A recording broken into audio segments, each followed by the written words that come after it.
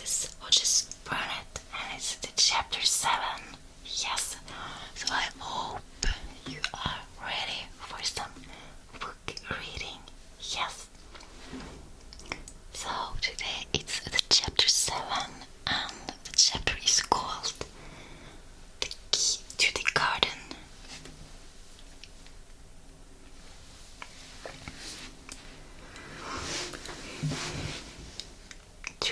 After this, when Mary opened her eyes, she sat upright in bed immediately and called to Martha. Look at the moor, look at the moor. The rainstorm had ended and the grey mist and clouds had been swept away in the night by the wind. The wind itself has ceased and a brilliant deep blue sky arced high over the moorland. Never had Mary dreamed of a sky so blue. In India, skies were hot and blazing. This was of a deep, cool blue, which almost seemed to sparkle like the water of some lovely bottomless lake. And here and there, high in the arced blueness, floated small clouds of snow-white fleece. The far-reaching world of the moor itself looked soft blue instead of gloomy purple black or awful dreary grey. "Aye," said Martha with a cheerful grin.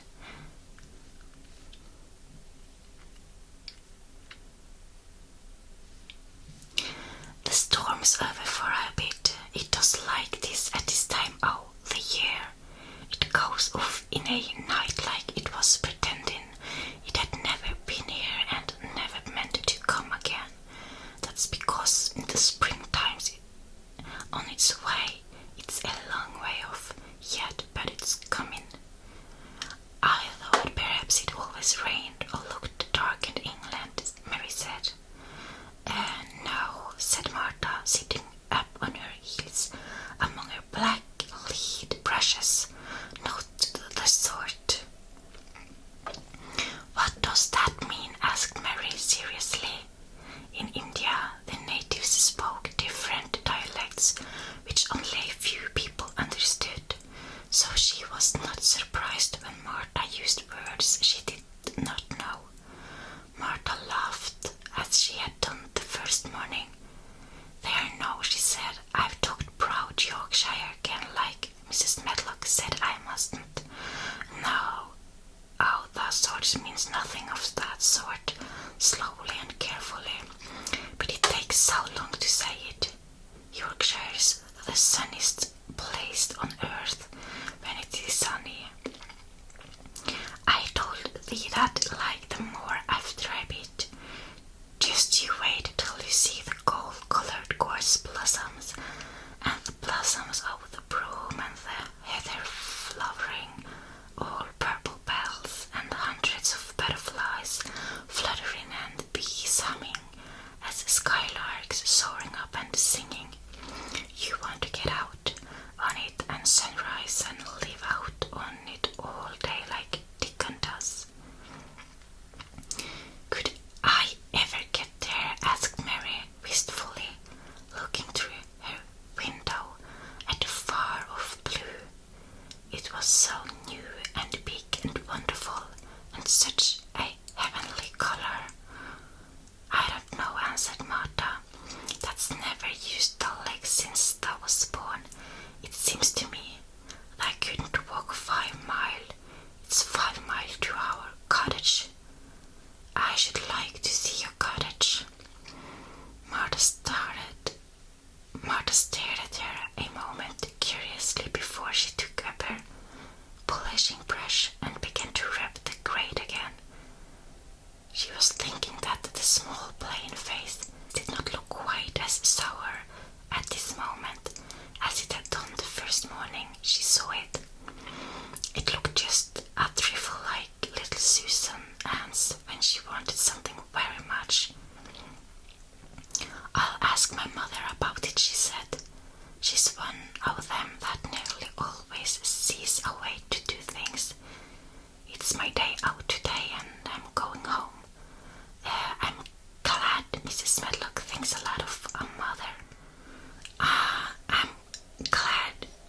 smelled like think aloud. Oh, mother, perhaps she could talk to her. I like your mother, said Mary. I should think that it, agreed Martha, polishing away.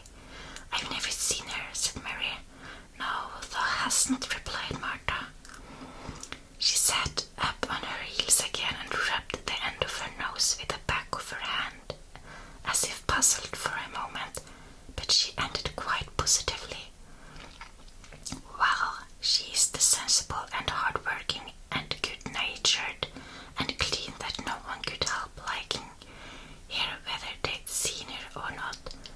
When I'm going home to her on my day out, I just jump for joy when I am crossing the moor. I like Dickon, added Mary, and I've never seen him.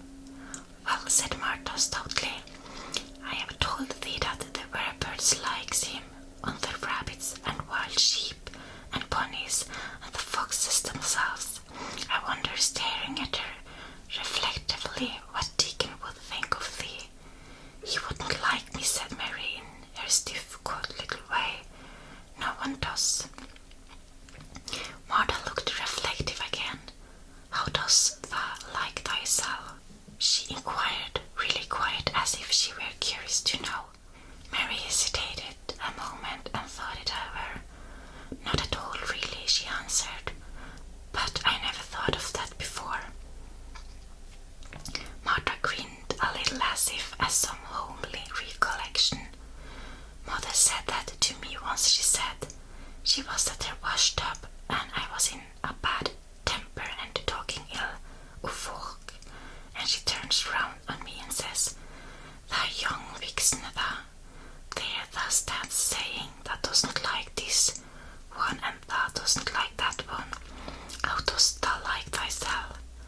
It made me laugh and it brought me to my senses in a minute. She went away in high spirits as soon as she had given Mary her breakfast. She was going to walk 5 miles across the moor to the cottage, and she was going to help her mother with the washing and do the week's baking and enjoy herself truly. Mary felt lonelier than ever when she knew she was no longer in the house. She went out into the garden as quickly as possible, and the first thing she did was to run round and round the fountain flower garden 10 times. She counted the times carefully, and when she had finished she felt in better spirits. The sunshine made the whole place look different. The high, deep blue sky arced over Misselthwaite as well as over the moor, and she kept lifting her face and looking up into it, trying to imagine what it would be like to lie down on one of the little snow-white clouds and float about. She went into the first kitchen garden and found Ben Weatherstaff working there with 2 other gardeners. The change in the weather seemed to have done him good. He spoke to her of his own accord. Springtime's coming, he said. Cannot thou smell it? Mary sniffed and thought she could. I smell something nice and fresh and damp, she said. That's the good rich earth, he answered, digging away. It's in a good humor making ready to grow things. It is glad when planting time comes. It's dull in the winter when it's got naught to do. In the flower gardens out there things will be stirring down below in the dark. The sun's warming them. You'll see bites of green spikes sticking out of the black earth after a bit. What will they be? Asked Mary. Crushes and snowdrops and Duffy-Tony lilies. Has thou never seen them? Now everything is hot and wet and green after the rains in India, said Mary. And I think things grow up in a night. These won't grow up in a night, said Weatherstaff. They'll have to wait for them. They'll poke up a bit higher here and push out a spike more there, and then grow a leaf this day and another that. You'll watch them. I'm going to, answered Mary. Very soon she heard the soft rustling flight of wings again, and she knew at once that the robin had come again.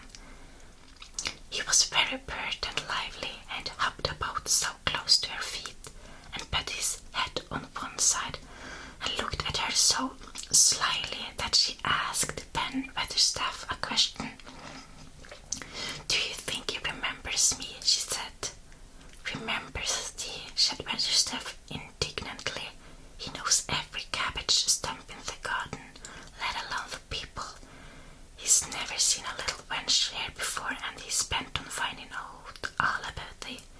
That's no need to try to hide anything from him. Are things stirring down below in the dark in that garden where he lives? Mary inquired. What garden? Granted, where the staff becoming surly again. The one where the old rose trees are. She could not help asking because she wanted so much to know. Were all the flowers dead, or do some of them come again in the summer? Are there ever any roses? Ask him, said Ben with the staff, hunching his shoulders toward the robin. He's the only one as knows. No one else has seen inside it for 10 years. No one else has seen inside it for 10 years. 10 years was a long time, Mary thought. She had been born 10 years ago. She walked away slowly, thinking she had begun to like the garden just as she had begun to like the robin and Dickon and Martha's mother. She was beginning to like Martha too. That seemed a good many people to like when you were not used to liking. She thought of the robin as one of the people. She went to her walk outside the long, ivy-covered wall. I wish she could see treetops, and the second time she walked up and down, the most interesting and exciting thing happened to her, and it was all through Ben Weatherstaff's robin. She heard a chirp and a twitter, and when she looked at the bare-flowered bed at her left side, there he was hopping about and pretending to pick things out of the earth to persuade her that he had not followed her. But she knew he had followed her, and the surprise so filled her with delight that she almost trembled a little. You do remember me, she cried out. You do. You are prettier than anything else in the world. She chirped and talked and coaxed, and he hopped and flirted his tail and twittered. It was as if he were talking. His red waistcoat was like satin, and he puffed his tiny breast out and was so fine and so grand and so pretty that it was really as if he were showing her how important and like a human person a robin could be. Mistress Mary forgot that she had ever been contrary in her life when he allowed her to draw closer and closer to him and bend down and talk and try to make something like robin sounds.